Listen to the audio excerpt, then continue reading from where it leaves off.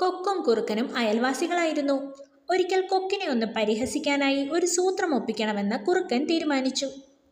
അവൻ കൊക്കിനെ ഒരു ദിവസം തൻ്റെ വീട്ടിലേക്ക് അത്താഴത്തിന് ക്ഷണിച്ചു. കൊക്കാകട്ടെ സന്തോഷപൂർവ്വം ആ ക്ഷണം സ്വീകരിച്ചു. പറഞ്ഞ സമയത്തിന് മുൻപ് തന്നെ കൊക്ക് അത്താഴം കഴിക്കുവാൻ കുറുക്കൻ്റെ വീട്ടിൽ എത്തിച്ചേർന്നു. അവന് നല്ല വിശപ്പും ഉണ്ടായിരുന്നു.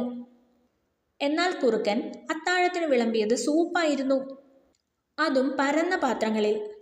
കൊക്ക് എത്ര ശ്രമിച്ചിട്ടും തൻ്റെ ചുണ്ടിൻ്റെ അറ്റം നനയ്ക്കാനല്ലാതെ പരന്ന പാത്രത്തിൽ നിന്നും ഒരു തുള്ളി സൂപ്പ് പോലും കുടിക്കുവാൻ അവന് സാധിച്ചില്ല.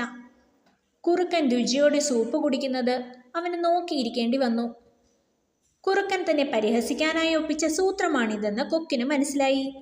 ശാന്തശീലനായ കൊക്ക് ദേഷ്യം പുറത്തു കാണിച്ചില്ല. പക്ഷെ കുറുക്കനോട് പ്രതികാരം വീട്ടണമെന്നവൻ തീരുമാനിച്ചു. കുറച്ച് നാളുകൾക്ക് ശേഷം ഒരു ദിവസം കൊക്ക് കുറുക്കനെ തൻ്റെ വീട്ടിലേക്ക് അത്താഴത്തിന് ക്ഷണിച്ചു.